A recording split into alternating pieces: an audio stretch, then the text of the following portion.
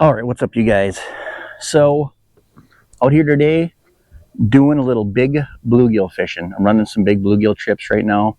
Walleye bite was hot. Now it's slowed down a little bit. A week and a half ago, it was pretty ridiculous. But yeah, I mean, I found a bluegill bite out here.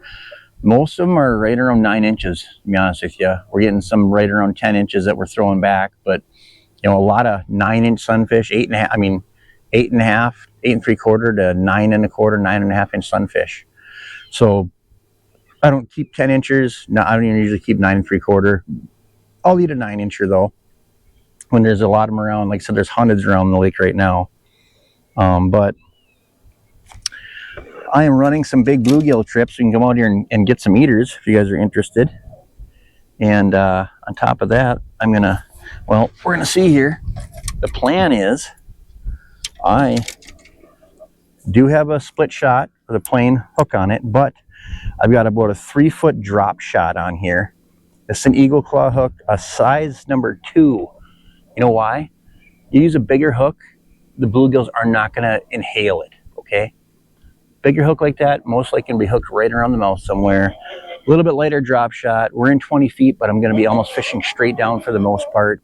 Just a chunk of crawler on here, drop shotting, and then we're gonna go cook some bluegills that I catch tonight. And gonna use shore lunch, just so you guys know. I know there's been a million videos about catching and cooking throughout the last 5 years, but with shore lunch, I've actually messed up myself, but there's a better way to use shore lunch than, I should say there's a best way to use shore lunch, because I really like it. And I have in the past, put egg on the fish wrong, let the fish sit in the egg, and it just covers it in like a thin slimy coat, or let the fish sit in the batter for a while and it just sucks, it just like absorbs it and gets wet and kind of nasty. I'm going to show you how I properly do it to get the best fish with like a nice golden crispy coating around it. So we're going to try and get a few of these big sunfish, and then we're going to hopefully skip right to the kitchen. Well, shouldn't say the kitchen. I'll be going back to the bait shop where Mike has an area downstairs. There's a kitchen area. We got a fish fry thing down there where we can, and there's also beds and stuff down there where we, when we're guiding, we often stay the night. Or in the springtime, when the shiner's running, I usually stay there 24/7 to watch over the shiners, and Mike does all as well. So anyway, bluegills to the kitchen. Let's do it. All right, you guys. I put a nice healthy chunk of crawler on this drop shot right here, okay? There's my drop shot. There's my crawler. I'm actually going to feed them. I'm going to put part of my crawler off of there. I'm going to run it through there a few times. I'm not even actually threading it up the hook. It's just going to be sitting there just like that down there. So, oops, one more. He kind of slipped off of there. Got to get it through there so he's kind of shish kebab style. There we go. There we go. Let's see what the drop shot does.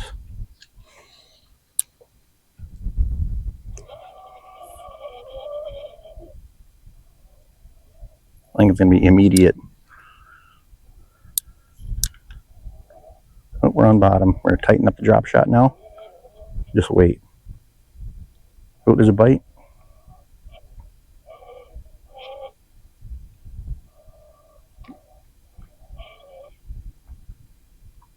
There's a fish, just like that.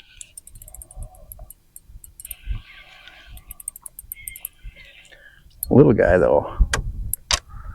Smaller than what I'm looking for.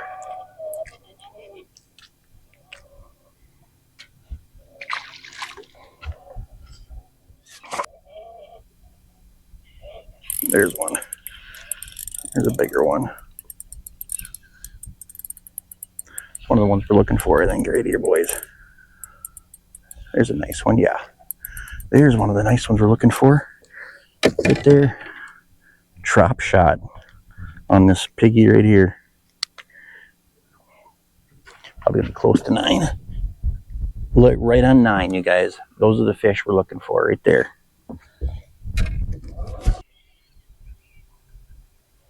There's another one.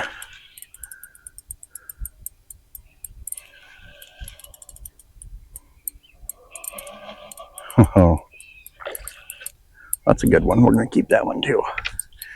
Look at that, another just mega, well, not mega, but just a nice big fat bluegill. That one's probably not quite 9, which is fine with me. Well, that one is 9 right on the nose. Another 9-incher. Like I said, this hook is going right in the tip of their nose. It's so easy to get it out.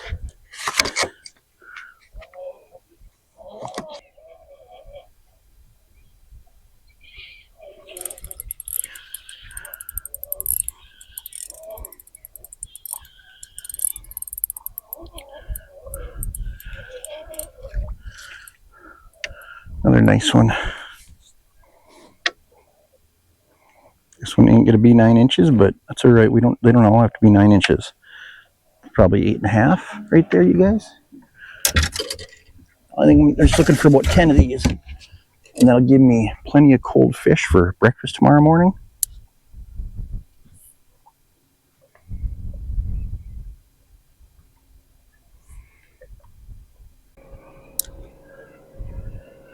Tighten the line up.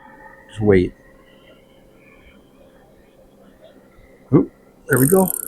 See, the key to a drop shot is you don't want to have like some slack in the line, but you don't want it to be so tight that the weight doesn't move. You want just a tiny bit of slack in there.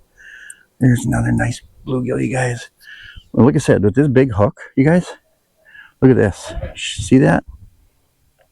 That way, these bluegills are not like absolutely inhaling that hook. And it's so nice. Another one. Let's see, probably not 8 3/4. Number 4.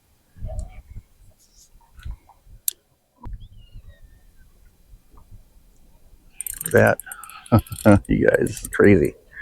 You literally drop that drop shot down and pause and just wait for the thump, and the rod will start loading up. Another beauty on the drop shot. Drop shotting for big bluegills. There's another dandy. Look at that, once again, right in the tip of the nose of the mouth there, you guys.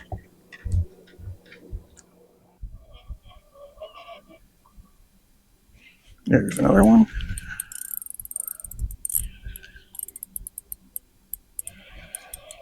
Oh, there we go. Number 6. Once again, tip of the snout. Crawler still intact. Another nice, beautiful bluegill right there. 4 more.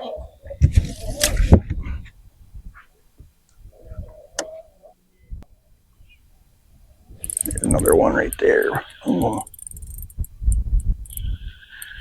Drop shotting. Whew. Smaller one, but nonetheless, like I said, good eater sized one.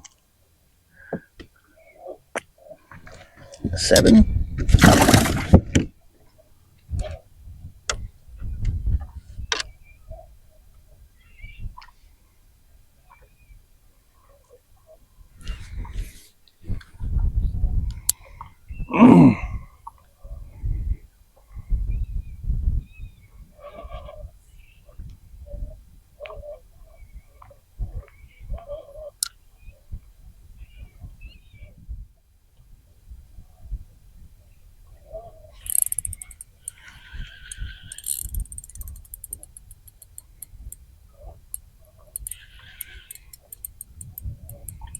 There's another nice one. 8.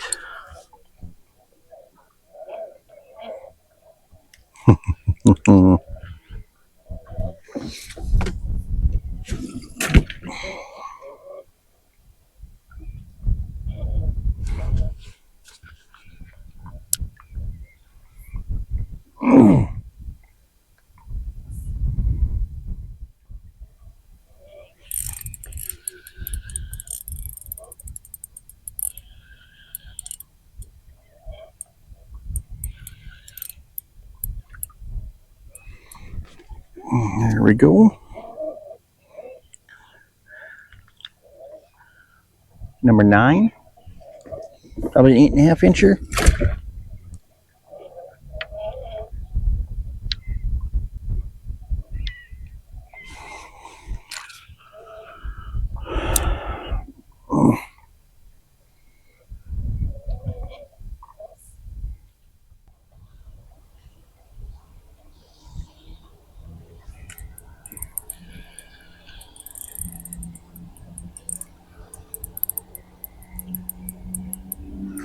There we go, number 10, you guys, right there. Mind you, every single bluegill I caught, if you see that, that number 2 hook was right in the tip of the snout. So no digging for any hooks, no, nothing on that order. I guess number 10. Okay, so that was 10 keeper bluegills in like, I don't know how long I've been here, 20 minutes maybe a half hour between getting the video and stuff ready. But yeah, so before I hop into the kitchen, I have a 7'2" tuned up custom rods Apex Elite ultralight right here, 6-pound test Berkeley Trilene. This is, I don't even know, this is like a South Bend drop shot, just a really light one. And then this is a number 2, you know, like Aberdeen style eagle claw hook, about 3 feet roughly above that. And mind you, we're sitting on a point in a rock pile here, and I believe there's a bug hatch happening around here because there's hundreds of bluegills around here. So yeah, just dropping at the bottom below the boat, tight lining it, make a bite, set the hook, and you're dancing.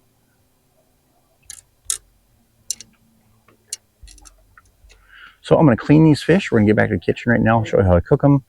And yeah, by the way, I'll mention this a couple times, but I am running guide trips for these big, you know, these big panfish right now. The walleye bite is starting to crank back up. So give me a holler at 218-849-5310 to book a trip today, or hit up on social media, guys. So anyway, let's hit the kitchen. Okay, what's up, guys? So from the lake to place here, I'm cooking some fish up right now. Got some shore lunch. You know, honestly, shore lunch is probably my favorite breading to use for fish. It's fantastic with panfish. There's some other like really, really good ones. Catch and Cook is also fantastic. Frying Magic is another one. There's a bunch of different ones you can use. But with this shore lunch, like there are certain, like, you know, as a guy, you know, you don't like to follow directions or nothing like that, recipes.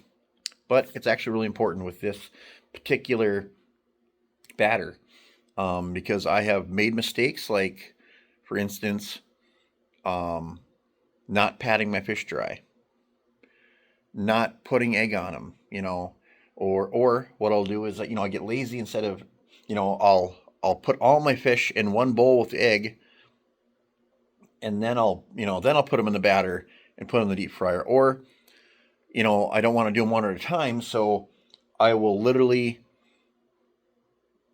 do the egg and then the batter, but I'll do 8, 9, 10 fillets and just let the fish sit in those, or in that batter, you know, the dry batter. And what happens is it actually like soaks, like the egg and stuff is totally soaked in, so now it becomes almost like a wet batter. So it's very important to, I'll show you here. It's very important, for one thing, these fillets are still wet. I got the grease heating up over here. To pat your fish dry, okay? Pat them dry. If you want the best tasting fish, it's time consuming. You got to beat that meat, you know what I'm saying? There we go. Now these fish are patted dry. Here's some egg that I whipped up, and then here is a thing of shore lunch. I buy a lot of shore lunch. But anyway, so in order to get the best results possible, honestly, is fish into the egg, and then immediately into the batter, and then into the deep fryer. One at a time, lickety split, just like that, and you will come out with like the nicest, you know, crispiest fillet, and it'll have those little flakes on the fillet. If you don't do that, you know, if you don't actually follow the recipe like they say, you get mediocre fish at best. You don't get a nice, thick, you know, kind of crispy layer on those fish. You almost get like a stuck powder on the fish. Like, it's hard to explain, except for if you do it wrong enough times, this is what happens. So the deep fryer is heating up over here, and my deep fryer is, I use it like twice a week, so it's kind of ugly looking. It's all covered in weird stuff. But anyway, I'm gonna do these 4 fillets, put them in the deep fryer. Then I'm gonna show you the end result. And when I put them in the deep fryer, I do about 4 minutes on these fillets. So this is what you're seeing, minus my grody deep fryer there in the corner. So yeah, we'll get to cooking. Okay, fish are patted dry. Into the egg. Into this. It's gonna make a big mess, and I'm gonna clean it all up afterwards. But I literally will like cover the fish in this MaNiaC fry. You should wear a glove, but just like that, right into the deep fryer. I'm gonna do all 4 of them right into the deep fryer, straight away.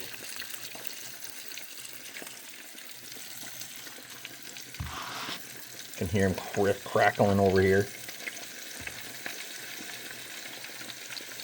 Number 2.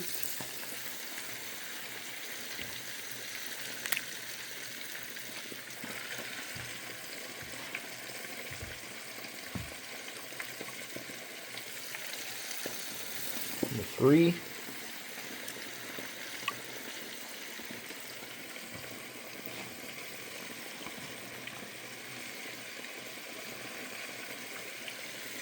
Number 4. Right into the deep fryer for 4 minutes. We'll be back. All right, guys.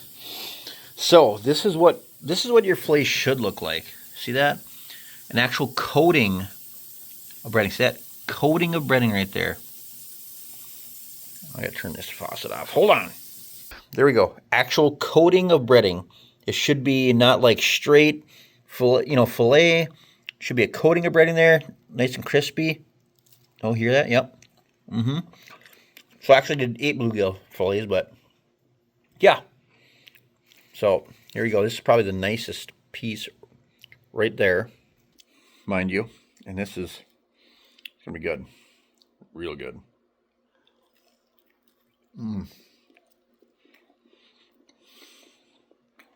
In the fishing world, I don't know if you can beat bluegill, but I say that, oh, so good. I when it comes into the hierarchy of eating fish, in my opinion, you'll never beat a yellow perch, dude. Yellow perch is the top of the top. And then after that, it just depends on the day. Because bluegill, a nice bluegill, like the ones you're catching, is so hard to beat. They're sweet. The meat is like firm. Pike, honestly, northern pike is really, really good, especially like from Devil's Lake. Crappie's good too. It's not as good as bluegill or pike. Walleye is like number 5 on my list, but that's okay. I know it's like Minnesota's fish, but hear that?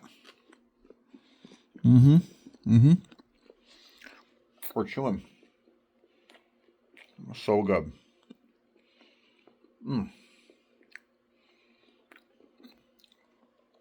Anyway, not going to hold you guys up anymore.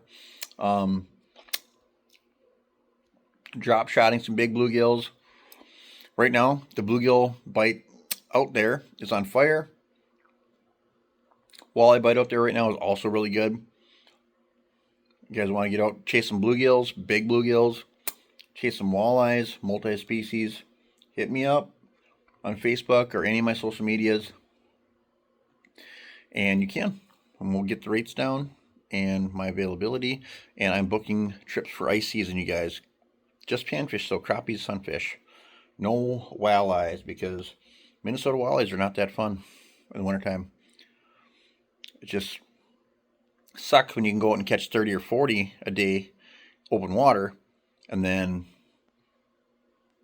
a handful in the wintertime. So, but anyway, Thanks for watching, guys. Drop shotting big bluegills and how to properly cook your fish. Follow the instructions. Peace.